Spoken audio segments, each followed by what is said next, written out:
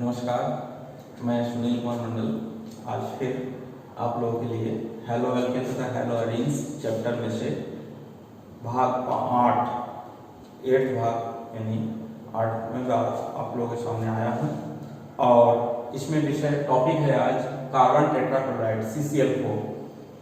जैसा कि इससे पहले आप लोगों ने क्लोरोफॉर्म पढ़ा था, वो ट्राई हेलो एल्केन था, यानी कि एक कार्बन पर 3 हेलोजन परमाणु जुड़े हुए थे। आज जो लेके आए हैं उसमें एक कार्बन पर 4 हेलोजन परमाणु जुड़ा हुआ है। कितने? 4 हेलोजन परमाणु जब जुड़े होते हैं तो टेट्रा हेलो एल्केन बोलते हैं इसको, टेट्रा हेलो एल्केन। इसको हमने जब इसका नोमेनक्लेचर पढ़ाया था, है ना, तो नोमेनक्लेचर में हमने समझा था कि एक कार्बन के साथ में अगर एक हेलोजन जुड़ा हुआ होता है तो उसे मोनो हेलो एल्केन बोलते हैं। अगर एक कार्बन पर 2 हेलोजन परमाणु जुड़े होते हैं तो डाई हेलो एल्केन कहते हैं। जब 3 हेलोजन परमाणु जुड़े होते हैं तो ट्राई हेलो एल्केन, 4 जुड़े होते हैं तो टेट्रा हेलो एल्केन। तो इसी में आज आप लोगों के लिए हम लेके आए हैं कार्बन टेट्राक्लोराइड। इसको साधारण भाषा में पायरीन के नाम से जानते हैं। किस नाम से जानते हैं? पायरीन। पायरीन का अर्थ होता है फायर से। फायर का मतलब होता है फायर, आग बुझाने वाला, आग बुझाने वाला, आग बुझाने वाला, उसी से इसका नाम पड़ा है पायरीन। फायर से बना है पायरीन। ठीक है, तो पायरीन CCl4 आप लोग उसके बनाने की विधि, उसके भौतिक गुण, रासायनिक गुण और इसका उपयोग विधिवत पढ़ेंगे और मुझे उम्मीद है आप लोगों को समझ में आएगा। देखिए किस तरीके से बनाया जाता है उसको, पायरीन को। ठीक है, तो इसके बाद आप इसके बनाने की विधि देखिए कि कार्बन टेट्राक्लोराइड कैसे बनाया जाता है। तो बनाने के लिए आप लोग सबसे पहले आप मेथेन से बना सकते हैं। किससे? मेथेन से। मेथेन से हमने इस तरीके से ही बताया था, 2 तरीके हैं मेथेन से बनाने के लिए। मेथेन की क्रिया अगर हम क्लोरीन के साथ सूर्य के प्रकाश की उपस्थिति में कराते हैं, किसकी उपस्थिति में? सूर्य के प्रकाश की उपस्थिति में, सनलाइट की प्रेजेंस में अगर कराते हैं, और अगर टेम्परेचर ले लेते हैं लगभग 400 डिग्री सेंटीग्रेड के आसपास अगर ले लेते हैं, तो इसके जो हाइड्रोजन परमाणु है, ये सभी हाइड्रोजन परमाणु का प्रतिस्थापन हो जाता है और कार्बन टेट्राक्लोराइड बन जाता है, 4HCl बन जाएगा। ठीक है, इसको हमने 11th में भी पढ़ाया था कि इसमें ऐसा होता है कि जो मुक्त मूलक प्रतिस्थापन होता है, तो मुक्त मूलक प्रतिस्थापन में ये क्लोरीन का होमोलिसिस हो जाता है। क्या होता है? Homolytic region. यहाँ पे ये मुक्त मूलक बन जाता है और ये मुक्त मूलक क्या करता है? मुक्त मूलक इस हाइड्रोजन परमाणु को बहुत तेजी के साथ प्रतिस्थापन कर देती है, जिससे हम फाइनली कार्बन टेट्राक्लोराइड प्राप्त करते हैं।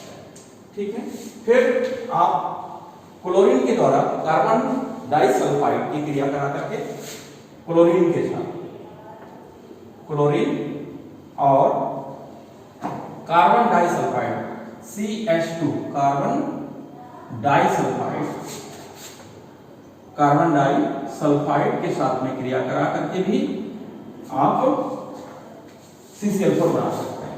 देखिए CH2 प्लस 2Cl2, टेम्परेचर ले लीजिए और यहाँ पे बन जाएगा CCl4 plus H2Cl2, sulphur monochloride. Monochloride आपको याद होगा, इसी सल्फर मोनोक्लोराइड की क्रिया जब हम एथिलीन के साथ कराते हैं तो मस्टर्ड गैस बनता है। वो जहरीली गैस होती है जिसका उपयोग विश्व युद्ध में किया गया था। तो वही सल्फर मोनोक्लोराइड इसके साथ में बन रहा है। किसके साथ में? जब कार्बन टेट्राक्लोराइड बन रहा है उसके साथ में सल्फर मोनोक्लोराइड। यही सल्फर मोनोक्लोराइड फिर से अगर हम क्रिया करा देते हैं इसके साथ में, तो ये दोबारा जो है कार्बन टेट्राक्लोराइड में बदल जाता है, प्लस सल्फर बन जाता है। ठीक है, तो इस तरीके से हम 4S, तो इसी तरीके से क्लोरीन के साथ में भी हम कार्बन डाइसल्फाइड की क्रिया करा करके कार्बन टेट्राक्लोराइड प्राप्त करते हैं। तीसरा मेथड है क्लोरोफॉर्म से भी बना सकते हैं। क्लोरोफॉर्म की क्रिया जब हम क्लोरीन के साथ कराते हैं तब भी क्लोरोफॉर्म की क्रिया जब क्लोरीन के साथ टेम्परेचर और सनलाइट की उपस्थिति में कराते हैं तो इसमें भी कार्बन टेट्राक्लोराइड प्राप्त होता है प्लस HCl। ठीक है, तो इस तरीके से हम कार्बन टेट्राक्लोराइड बनाने की कई विधियां हमने आप लोगों को बताया। इसके बाद इसके आते हैं भौतिक गुण, फिजिकल प्रॉपर्टीज। फिजिकल प्रॉपर्टीज के बारे में आप लोगों को बता दूं, बहुत इंपॉर्टेंट है। जैसे हमने इसका नाम का एक्सप्लेन किया था कि इसका नाम पायरीन कैसे पड़ा, तो उसी से आपको समझ में आ रहा होगा कि इसकी फिजिकल प्रॉपर्टीज क्या होंगी। ठीक है, ये भौतिक गुण फिजिकल प्रॉपर्टीज में देखिए, एक मीठी गंध वाला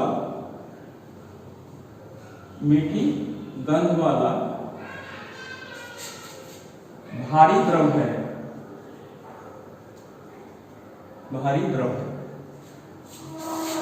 पानी के नीचे परत बना लेता है।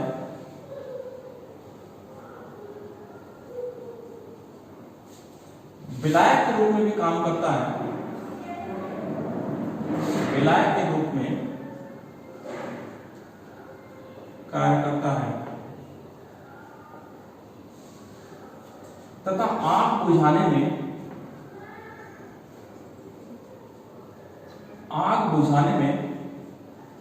इसका प्रयोग किया जाता है।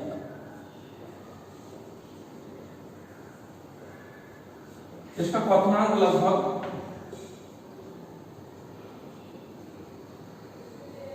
67 डिग्री सेंटीग्रेड होता है।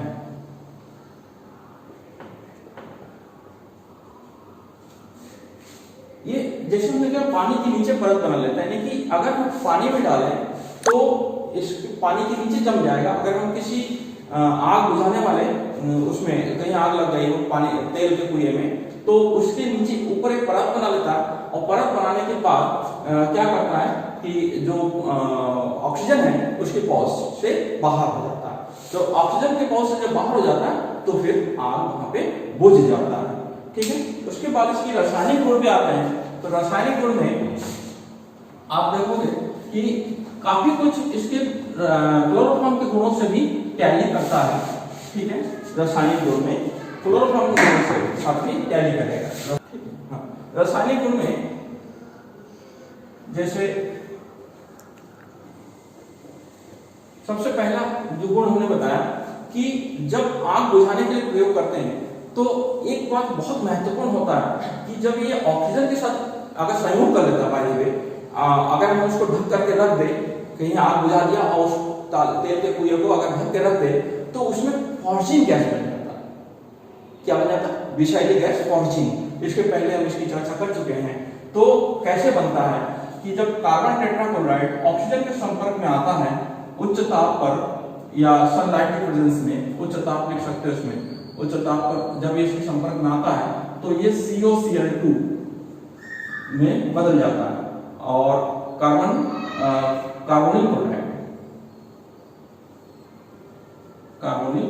क्लोराइड में बदल जाता है। और कार्बोनिल क्लोराइड विषैली गैस होती है, इसलिए उसको हमें वेंटिलेटेड रखना है, खुला रखना चाहिए इसकी ऑक्सीकरण को रोकने के लिए। ठीक है, सेकेंड वन, अगर हम इसका अपचयन करा देते हैं कार्बन टेट्राक्लोराइड का, तो अपचयन कराने पर जैसे अपचयन के लिए नवजात हाइड्रोजन चाहिए और जिंक और जल के अणु की जब क्रिया होती है तो नवजात हाइड्रोजन बनता है। नवजात हाइड्रोजन उसको क्लोरोफॉर्म में बदल देता है। किसमें बदल देता है? क्लोरोफॉर्म में।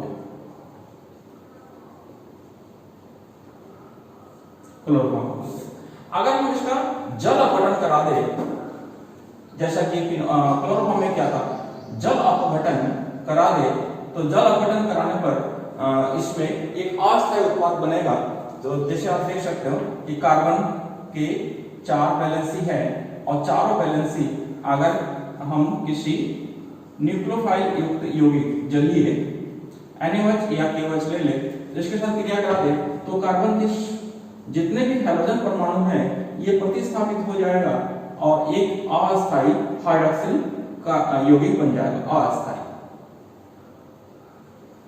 और इसके बनने से एक ये अस्थायी होने के कारण यहाँ से जल अणु का निष्कासन होगा और ये धीरे धीरे CO2 और H2O में बदल जाएगा।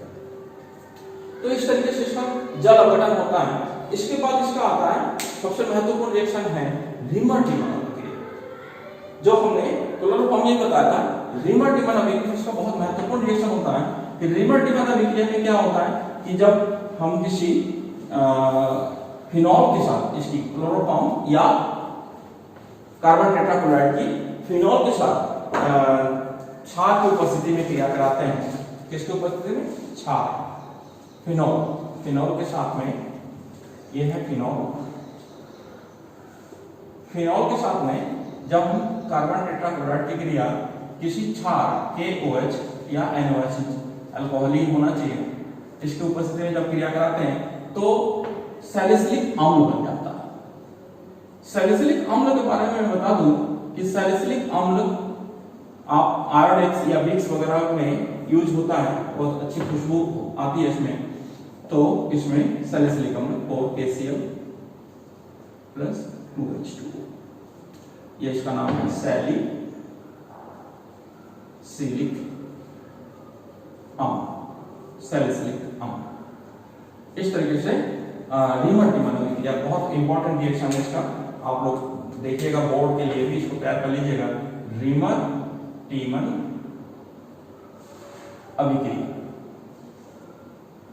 तो रीमर-टीमन अभिक्रिया क्लोरोफॉर्म भी देती है और कार्बन टेट्राक्लोराइड भी देती है। रीमर-टीमन अभिक्रिया बहुत इंपॉर्टेंट है इसको बोर्ड के हिसाब से, क्योंकि आप इसमें अगर क्लोरोफॉर्म ले लेंगे तब भी रीमर-टीमन देगा तो वहां पे सैलिसिलिक एल्डिहाइड बना था, यहाँ पे COOH की जगह पर CHO ग्रुप आया था। और जब हम CCl खोल लेते हैं तो उसमें क्या बन रहा है? COOH यानी कि कार्बोक्सिल ग्रुप। तो यही मेन अंतर है कि अगर हम यहाँ पे क्लोरोफॉर्म लेते हैं तो यहाँ पे एल्डिहाइड समूह बनता है और अगर CCl खोल लेते हैं तो COOH समूह बनता है। ठीक है, दोनों रीमर-टीमन अभिक्रिया है।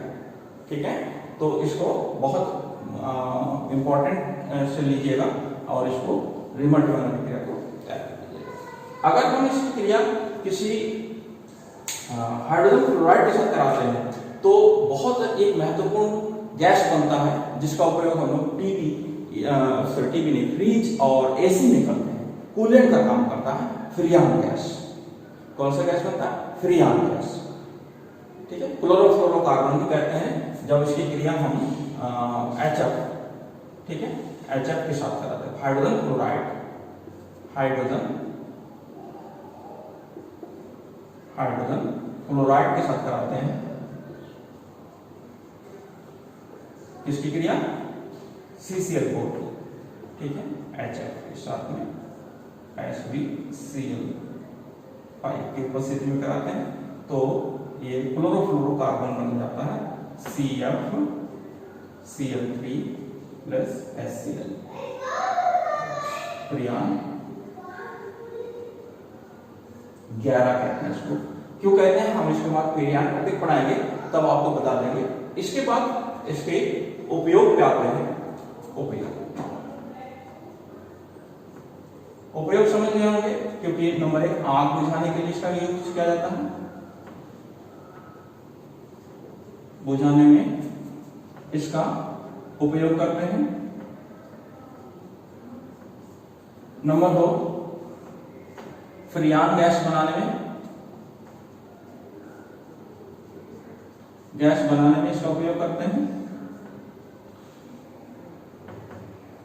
और इसका विलायक के रूप में भी यूज करते हैं।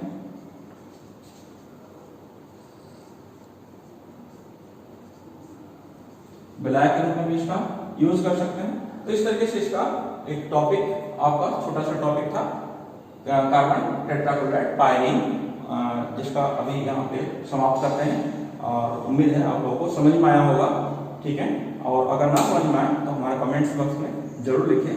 यूट्यूब पे ये चैनल आपको मिल जाएगा, और क्लास में भी हम इसको इसी की सहायता से आजकल पढ़ा रहे हैं, क्योंकि कोविड-19 जैसी महामारी में क्लासेस नहीं चल पा रहे हैं और ऑनलाइन क्लास के जरिए ही हम आप लोगों को अध्यापन करा पा रहे हैं, शिक्षा दे पा रहे हैं। तो आप लोग कृपया घर पे रहें और पूरे मन से पढ़ाई करें, और ना समझ में आए तो मोबाइल के जरिए ही, क्योंकि और यही एक साधन, एक माध्यम रह गया है, आप लोग उसको पढ़ने की चेष्टा करें। धन्यवाद।